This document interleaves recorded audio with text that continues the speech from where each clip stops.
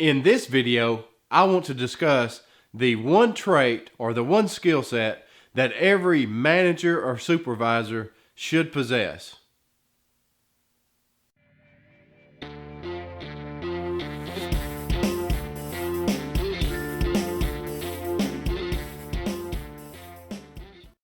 Alright, so welcome back to the channel. If you're not sure what the Maintenance Factory is about, simply put, we are here to make the best maintenance professionals even better. And if that sounds like a good idea to you, you can get started by subscribing to the channel and clicking the notification bell. Alright, so today's topic. What is the number one skill that all managers or supervisors or people in leadership roles should possess? Now, I might warn you that this is not the number one skill that one should possess, but it is definitely not the bottom of the barrel. This is one particular skill that all of these individuals should have in common, and I dare say it may be one of the most difficult skills to refine and possess. And it is also a skill that's probably not talked about too often, but is a very important skill to have. So, let me frame up a story for you. So let's say, for example, you're in the maintenance department and you have a morning huddle, okay? It may be your shift handoff meeting, your morning huddle, your toolbox meeting, whatever you call it. Let's say, for example, the meeting is over. Many of the guys go out to execute their day or drink more coffee or whatever they do.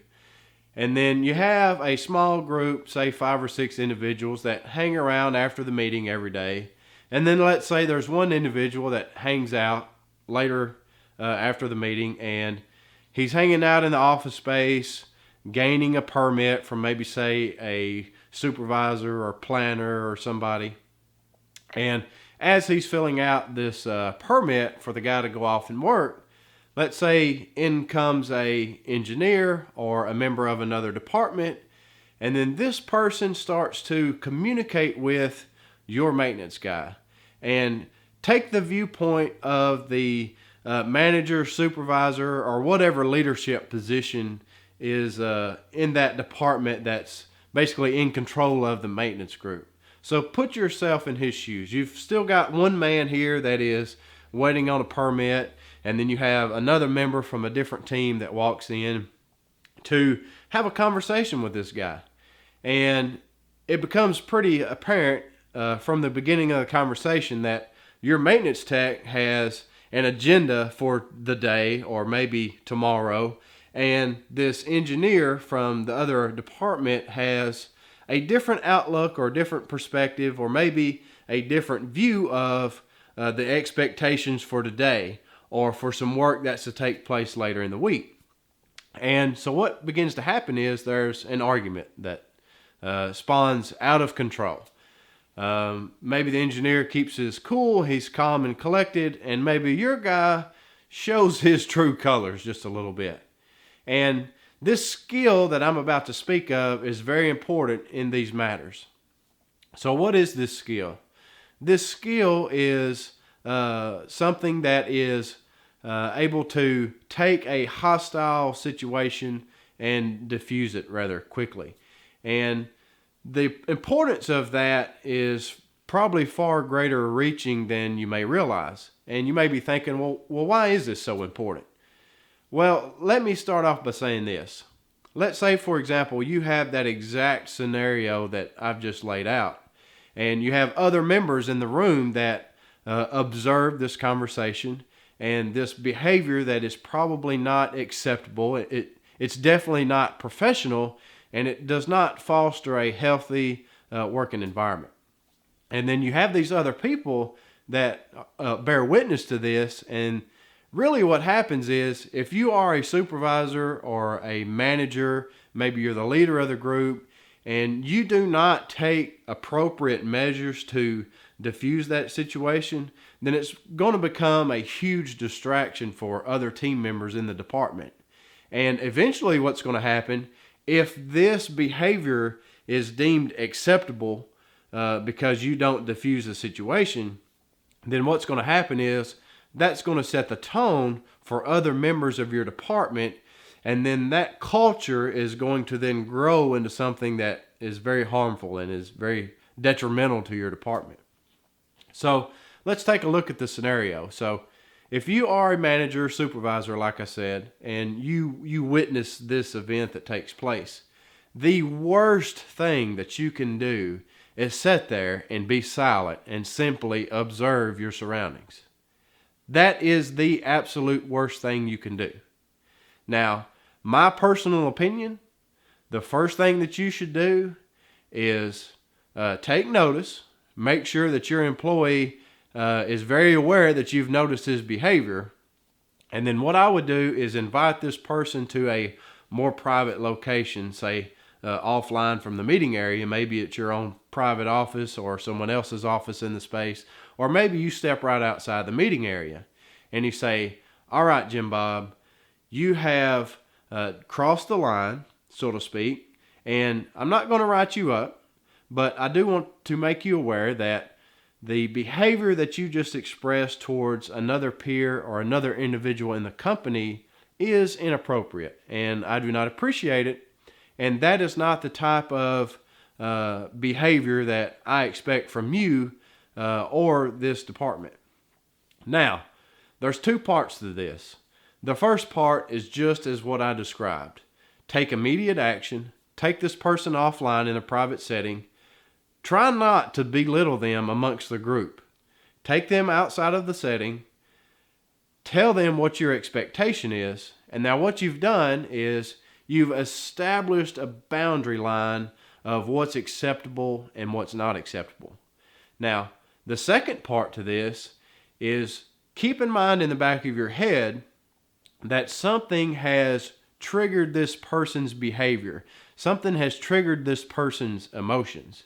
And what you want to do is take note of that, and then after you address the specific behavior that you deem is unacceptable or not professional, what you need to do next is say, okay, Jim Bob, so what I want to do is, what is your opinion around the matter that the engineer brought up? Or maybe you should say, I understand that you're frustrated. What concerns do you have about the particular problem that the engineer brought up? Or maybe you should say, have you got anything going on that I need to be aware of? Is there something that we're not doing right in our own department? Try to get some insight into why those emotions and those frustrations were just brought out. Now, like I said, this particular conversation may not have been to the point where it did clearly cross a line. But let me frame up something else for you. Let's say, for example, you are a homeowner and you have a pet that stays outside. So you have this dog, okay? He's roaming around in your yard. He's going to the neighbor's house. He's being bothersome. So what can you do to prevent that? So one thing you could do is you could buy one of those wireless fences, right? Or you could buy the fence where it's buried in the ground. And either scenario, the dog winds up wearing a collar.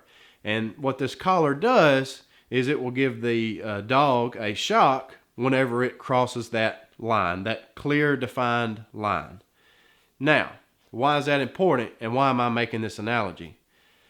I think it's very important as a leader, a supervisor, or a manager to say, all right, here's my line. I don't want you to cross it.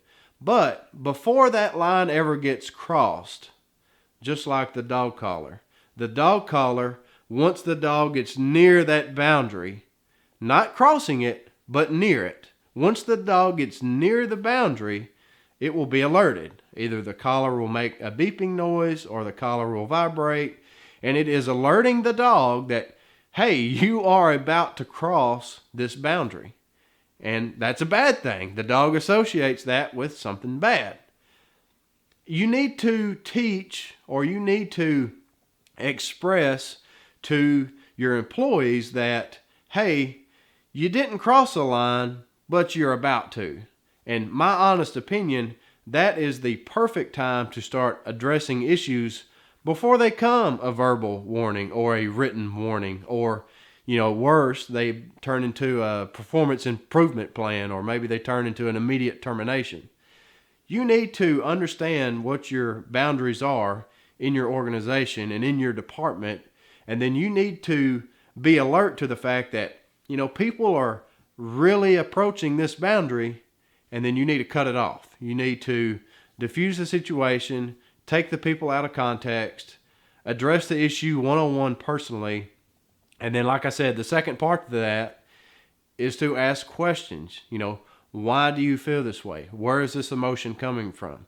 What can I do to help? Or I sense there's some frustration.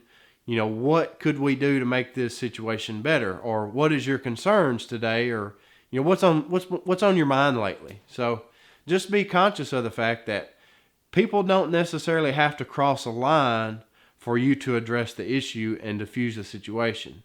And I think that is one of the better aspects of good managers and good supervisors. They recognize when people are about to cross a boundary and they diffuse it before it ever happens.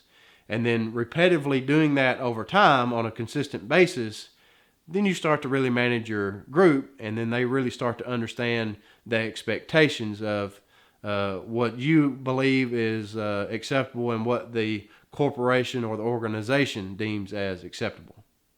All right, so we've talked a little bit about, one of the best skills that a great maintenance manager or supervisor, team leader can have and possess. And that skill is, like I said, probably not the most important skill. I wouldn't put that above honesty, candor, good work ethic, showing up on time, leading by example. There's all kinds of skills that a great leader would possess. But I think this is one great skill that is not always refined in some of these leaders. And I think that's what really separates great leaders from just mediocre and good leaders. So anyway, I hope you found today's video informative. And, comment below. What do you think is some of the key features or key skills that a manager or a leader or supervisor can possess? And tell me why you think that's, the number one skill. I will say this, everyone needs to be calibrated at some point in time, including myself. I have times where maybe I've shown my true colors, especially in the past. And I never, or didn't always, have someone to recalibrate my thought process or my emotions or my behavior. And I think that's very important in the workplace, that people's behavior will constantly get recalibrated. And I think the way to stay within calibration is, identifying problems before people actually cross a line, and then nipping it in the bud early. So anyway, I hope you enjoyed the video, and we'll see you next time.